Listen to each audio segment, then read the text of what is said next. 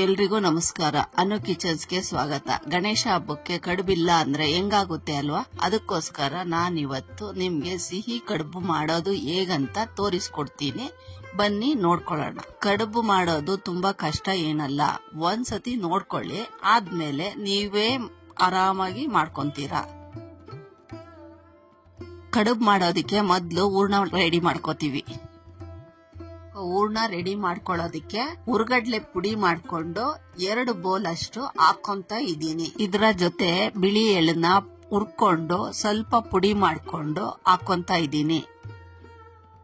ಜೊತೆಗೆ 1 ಫುಲ್ ಕೊಬ್ಬರಿನ ತುರ್ಕೊಂಡು ಹಾಕ್ತಾ ಇದ್ದೀನಿ.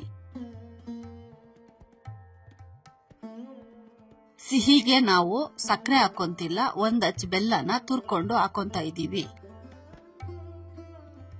ಕೊನೆಗೆ ಅರ್ಧ ಸ್ಪೂನ್ ಏಲಕ್ಕಿ ಪುಡಿನ ಟೇಸ್ಟ್ಗೋಸ್ಕರ ಹಾಕೋತಾ ಇದ್ದೀನಿ. ಇವಾಗ ಇದನ್ನೆಲ್ಲನೂ ಚೆನ್ನಾಗಿ ಮಿಕ್ಸ್ ಮಾಡ್ಕೊಬೇಕು.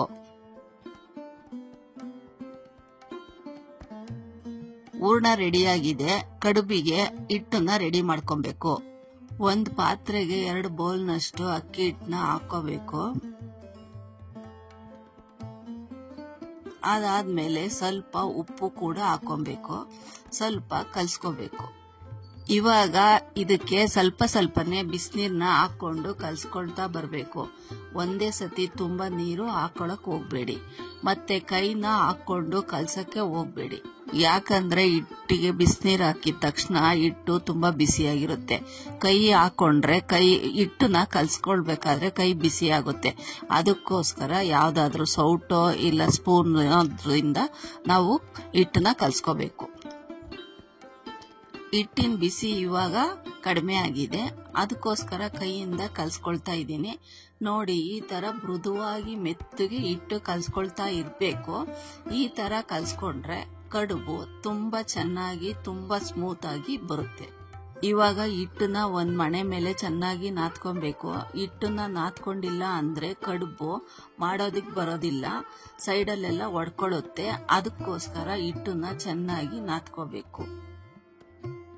ಹಿಟ್ಟನ್ನ ಇವಾಗ ಚೆನ್ನಾಗಿ ನಾದ್ಕೊಂಡಿದೀವಿ. ನಾದ್ಕೊಂಡಿರೋ ಹಿಟ್ಟನ್ನ ಸಣ್ಣ ಉಂಡೆ ಆಗಿ ಮಾಡ್ಕೊಬೇಕು.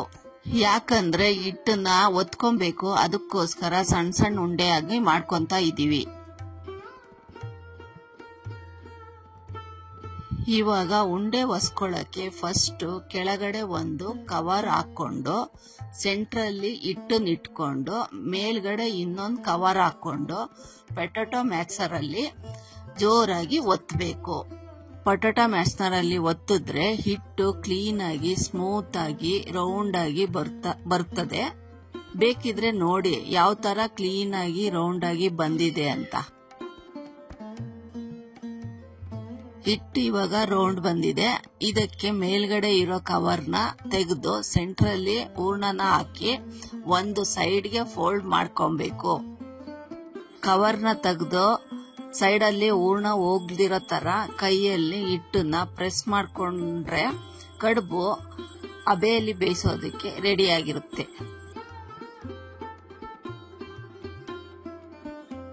ಇದೇ ತರ ಎಲ್ಲ ಉಂಡೆನ ಪ್ರೆಸ್ ಮಾಡ್ಕೊಂಡು ಹೂರ್ಣನ ಒಳಗಡೆ ಹಾಕೊಂಡು ಹಬೆಯಲ್ಲಿ ಬೇಯಿಸೋದಕ್ಕೆ ರೆಡಿ ಮಾಡ್ಕೋಬೇಕು. ನಾನು ಕಡುಬು ಬೇಯಿಸ್ಕೊಳ್ಳಕ್ಕೆ ಇಡ್ಲಿ ಪಾತ್ರೆಯನ್ನು ಬಳಸ್ಕೊಳ್ತಾ ಇದ್ದೀನಿ. ಅದಕ್ಕೋಸ್ಕರ ಇಡ್ಲಿ ಪ್ಲೇಟ್ಗೆ ಎಣ್ಣೆಯನ್ನು ಹಚ್ಕೊಂಡು ಅದ್ರ ಮೇಲ್ಗಡೆ ಹೂರ್ಣ ತುಂಬಿರೋ ಹಿಟ್ಟನ್ನ ಇಟ್ಕೊಳ್ತಾ ಇದ್ದೀನಿ. ನೀವು ಬೇಕಾದ್ರೆ ಬೇರೆ ಪಾತ್ರೆಲ್ಲೂ ಬೇಯಿಸ್ಕೊಬಹುದು.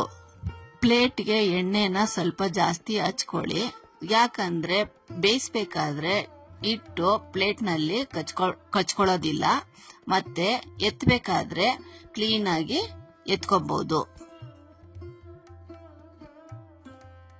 ಇವಾಗ ಕಡುಬು ಬೇಯಿಸ್ಕೊಳ್ಳಕ್ಕೆ 1 ಕುಕ್ಕರ್ನಲ್ಲಿ 1 ಚೊಂಬು ನೀರ್ ಹಾಕಿ ಪ್ಲೇಟಲ್ಲಿ ಇಟ್ಟಿರೋ ಹಿಟ್ಟನ್ನು ಒಳಗಡೆ ಇಟ್ಟು ಕುಕ್ಕರ್ ಮುಚ್ಚಳ ಮುಚ್ಚಿ 8 ರಿಂದ 10 ನಿಮಿಷ ಬೇಯಿಸ್ಕೊಂಡ್ರೆ ಸಾಕು.